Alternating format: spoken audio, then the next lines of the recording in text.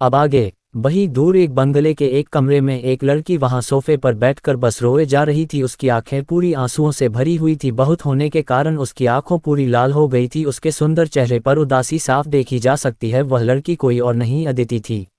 I hate you mister R, I really hate you. तुमने मेरी पूरी लाइफ बर्बाद कर दी। अदिति रोते हुए बार बार बस यही बोले जा रही थी।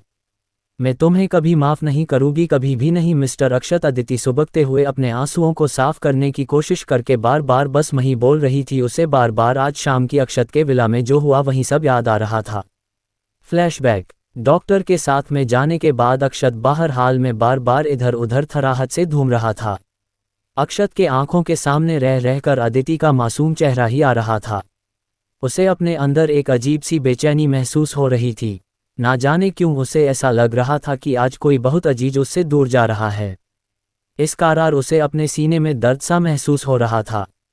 वो अभी घबराहट से इधर उधर घूम रहा था कि तभी रूम से का डोर ओपन हुआ और डॉक्टर बाहर आई। डॉक्टर को बाहर आते देखा अक्षत तुरंत डॉक्टर के पास गया। डॉक्टर कैसी है अदिति, क्या हुआ है उसे, वह ठीक तो है ना, कहीं कोई प्रॉब्लम तो नहीं है? पैरों अक्षत एक सांस में कई सवाल डॉक्टर से पूछ लिया। काम डाउन मिस्टर जिंदल, घबराने वाली कोई भी बात नहीं है। ऐसा कुछ भी नहीं है जिस कारण आप इतना परेशान हो, बल्कि एक खुशी की बात है। डॉक्टर अक्षत को शांत कराते हुए उससे कहा। खुशी की बात, कैसी खुशी की बात? अक्षत हैरानी में डॉक्टर की तरफ देखा, उनसे पूछा। Mister Jindal Congress, she is pregnant. Heater ने मुस्कुराते हुए अक्षत की तरफ देखाकर उससे कहा। क्या? अक्षत के मुंह से अचानक निकला। सभी वो डॉक्टर उसे अजीब नज़रों से देखाने लगी। I been thank you doctor, इतनी अच्छी गुड न्यूज देने के लिए। अक्षत डॉक्टर की अजीब नज़रों को देखकर तुरंत अपने आप को नॉर्मल करते हुए डॉक्टर से कहा। अभी यह कैसी है डॉक्टर? अक्षत ने तुरंत डॉक्टर की तरफ देखकर उससे दोबारा पूछा। वो थोड़ी वीकनेस और स्ट्रेस के कारण बेहोश हो गई थी। मैंने एक इंजेक्शन लगा दिया है, थोड़ी ही देर में उन्हें होश आ जाएगा और घबराने की कोई भी बात नहीं है। बस इस हालत में उन्हें थोड़ा अपना ध्यान रखना होगा, डॉक्टर ने तुरंत मुस्कुराते हुए अक्षत से कहा। और फिर वो वहां से वापस चली गई। अदिति प्रेग्नेंट है, इसका मतलब मैं हेड बनने वाला हूँ। अक्षत डॉक्टर की बात सोच खुद में बड़बड़ाया और यह सब कहते हुए उसके चेहरे पर एक प्यारी सी मुस्कान आ गई। उसे अपने मन में एक अलग ही कभी ना बयां करने वाली खुशी महसूस हो रही थी। अक्षत हाल से रूम में गया और बेड पर सो रही अदिति के पास जाकर बैठ गया और बड़े ही प्यार से उसके सिर को सहलाने लगा। वह अपने एक हाथ से अदिति के एक हाथ को पकड़ा हुआ था और दूसरे हाथ से अदिति के सिर को सहला रहा था। अब मैं कभी भी तुम्हें खुद से दूर नहीं जाने दूंगा, मैं तुम्हें हमेशा अपने पास ही रखूंगा, बिल्कुल अपनी आंखों के सामने। अक्षत अदिति को देखते हुए बहुत ही प्यार से खुद में बोला। कुछ देर बाद अदिति ने धीरे धीरे अपनी आंखें खोली और अपने सामने अक्षत को देख हैरान रह गई। तुम यहाँ क्या कर रहे हो? जाओ अभी मेरी नज़रों से दूर। और तुम मेरे घर पर कैसे आए? अदिति ने अक्षत को देख गुस्से से कहा। अक्षत को अदिति की बातें सुनकर मन ही मन हंसी आ रही थी।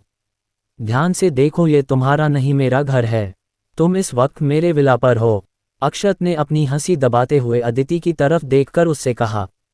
अदिति अक्षत को इस तरह से मुंह दबाकर हंसता देख गुस्सा आ रहा था। मैं यहाँ क्या नहीं आई? हाँ मुझे याद आया, मैं तो कॉलेज से बाहर आकर अपनी कार की तरफ जा रही थी, तभी तुम आकर मेरे साथ जबरदस्ती। अदिति अक्षत की तरफ देखकर इतना ही बोल पाए और फिर आगे का सोचकर बहग्रुप हो गई और अक्षत को घूर कर देखने लगी। फिर अदिति जल्दी से बेड से उठकर जाने लगी तो अक्षत ने उसका हाथ पकड़ लिया। छोड़ो मुझे, मेरा हाथ क्यों पकड़ा है? मैंने कहा छोड़ो मेरा हाथ। अदिति ने गुस्से से अक्षत की तरफ देखकर उससे कहा। आराम से बेड से उठी। तुम इस तरह से जल्दबाजी नहीं कर सकती क्योंकि अब तुम्हारे साथ मेरा बच्चा भी है। अक्षत में अदिति के हाथ को पकड़े हुए ही प्यार से उससे कहा। क्या बकवास है ये? अदिति ने हैरानी से अक्षत की तरफ देखकर उससे कहा। बहुत बोलती हो तुम। और हाँ, ये कोई बकवास नहीं है।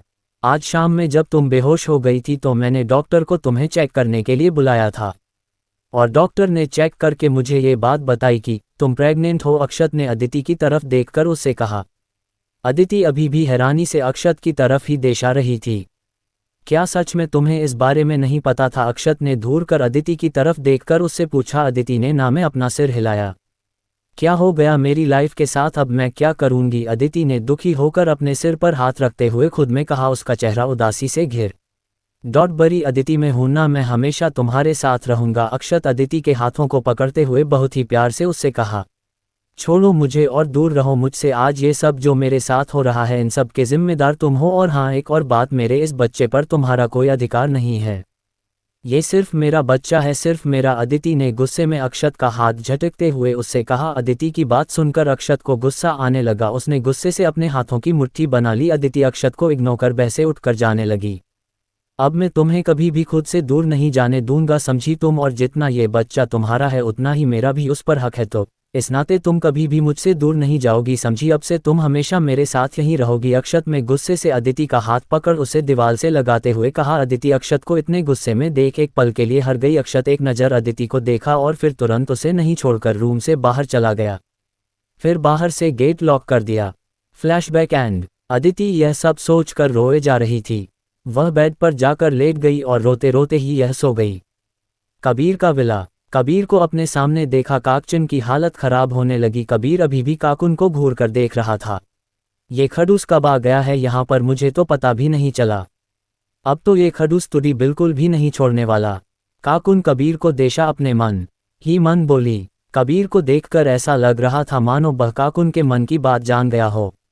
वह काकुन को देख अपनी आंखें छोटी करते हुए उसकी तरफ बढ़ने लगा। डर के कारण काकुन पीछे की तरफ होती जा रही थी। कबीर जितना काकुन की तरफ बढ़ता काकुन के कदम अपने आप पीछे की तरफ जाते। अचानक काकुन दीवार से जा लगी। अब यह आगे नहीं जा सकती थी। कबीर बिल्कुल काकुन के करीब जाकर खड़ा हो गया। काकुन जब धीरे से साइड से जाना चाहिए तो कबीर साइड वाले दीवार पर अपना एक हाथ रख देता। जैसे ही काकुन ने ये देखा तो वह दूसरे साइड से जाने लगी, लेकिन कबीर उससे कहीं ज़्यादा तेज दिमाग वाला था। उसने तुरंत दूसरे साइड पर अपना हाथ रख काकुन की जाने से रोक लिया। अब काकुन कबीर और दीवार के बीच में फंसी हुई थी। कबीर धीरे धीरे अपने चेहरे को काकुन की तरफ बढ़ाने लगा। वही काकुन की हालत बहुत खराब होने लगी थी। To be continued.